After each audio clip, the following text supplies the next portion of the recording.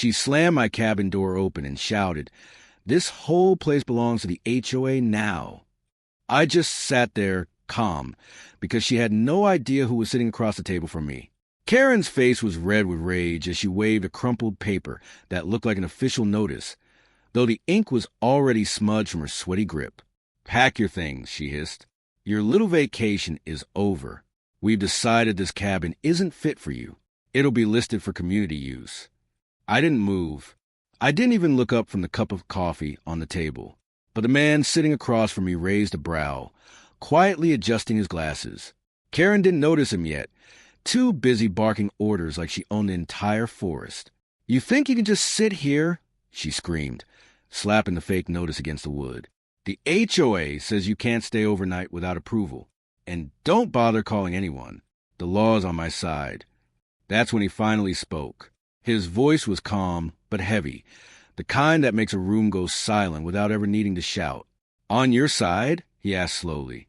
Karen turned, finally noticing him, her confidence wobbling for the first time. "And who are you supposed to be? Another trespasser?"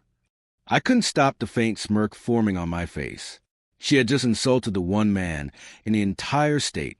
She should never have crossed. "You might want to be careful with your words," I said, leaning back slightly, "because you just tried to evict me in front of the state attorney general." Her mouth fell open. For the first time since she barged in, Karen had nothing to say. That silence felt heavier than everything she had shouted before. But it didn't last long. Her face twisted into a forced smile. The kind people wear when they realize they've gone too far, but still believe they can talk their way out of it. "Oh, Attorney General, is it?" she said nervously. "I was just here checking on the safety of the property. HOA rules, you know. We care about the community." Her laugh echoed awkwardly inside the small cabin. The Attorney General leaned forward slightly, tapping his fingers on the table. Once, twice, 3 times. Not amused. "So you entered private property without permission," he said carefully, "and waved a falsified document around?" Karen's smile froze. "Falsified? Excuse me, this is official." She shoved the paper forward. But even from a distance, it was embarrassing. Uneven edges, cheap print, a fake HOA letterhead. I finally stood up, crossing my arms. "You taped that to my door last week, too," I said, the one claiming I had to pay a fine for a non-approved mailbox. The Attorney General took the paper from her and scanned it slowly. Then he gave a dry, dangerous chuckle. "This seal," he said, pointing at it, "was discontinued in 2008, which means this isn't just fake. It's criminal." Karen's voice cracked. I was told to do this. I was just following orders from the HOA board. They told me to get rid of him." The Attorney General's eyes narrowed, and something shifted in the air. "Orders," he repeated quietly. And in that moment, it became clear this was no longer just about Karen. Something larger was behind it. Karen stumbled back, clutching the fake notice like a shield. "I swear I didn't come up with this myself," she said, panic rising. "The HOA president said if I didn't handle it, I'd lose my position. He told me to push him out no matter what." She pointed at me like I was the problem. The Attorney General's tone sharpened. "So your board directed you to trespass, impersonate authority, and harass a property owner?" Karen swallowed hard. "You don't understand. He's powerful. He has friends in the county office. He said people like him. People like him shouldn't own lakefront property." Her words hung in the air. I stepped forward slightly. "This isn't about the cabin, is it? It's about pushing certain families out of this area." Karen didn't answer. She didn't need to. The Attorney General leaned back, voice calm but steel-edged. "If your president thinks his reach is above the law, he's about to learn how wrong he is." Then the cabin door creaked again. Heavy footsteps echoed outside before a smooth, commanding voice called in. "Karen, what's taking so long?" She flinched immediately. A tall man in an expensive suit stepped inside, brushing dust off his shoes like the place belonged to him. His confidence filled the room instantly. The Attorney General didn't move, but I felt the shift in the air. His gaze landed on me, then Karen, then finally the Attorney General. His smirk flickered for a fraction of a second before returning. "Well, this is unexpected." Karen rushed forward. "Mr. Lawson, I was handling it like you said, but he..." He brought the Attorney General here. Enough?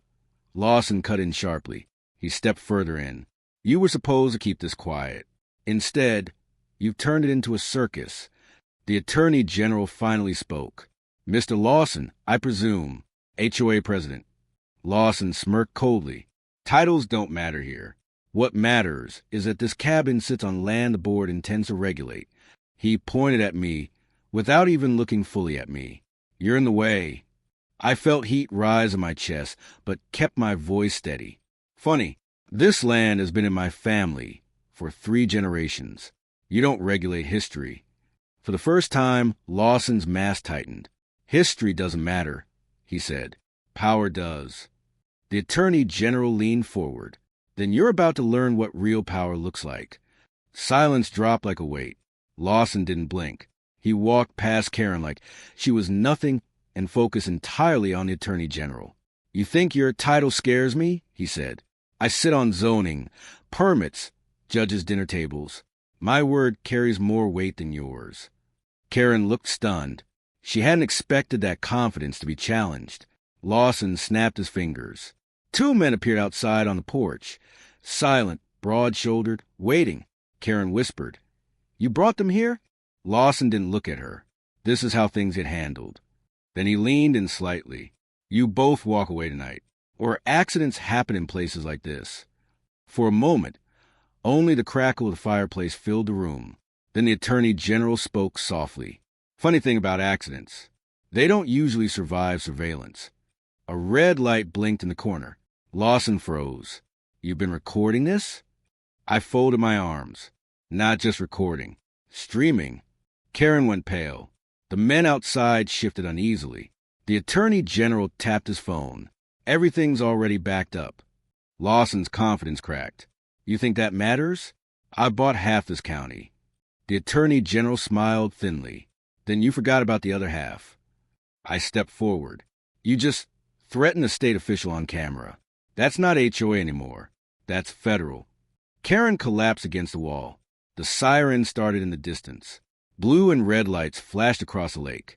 Lawson finally lost control. As deputies stormed in, the Attorney General raised a hand. Take him. Lawson tried to point at me. He's a one. This is his fault. A deputy shook his head. Sir, this is registered property with verified ownership. Click. The cuffs went on. Lawson was dragged out shouting that he owned everything. But his voice faded under the weight of reality collapsing around him. Karen looked at me through tears. They'll come after me too. You chose when you walked in with that fake notice. I said quietly. Now live with it. Outside, the lake wind felt colder, but calmer. The Attorney General stepped beside me. Justice takes time, but it doesn't miss. And as the sirens faded into the distance, one thing became clear. This was never just about a cabin.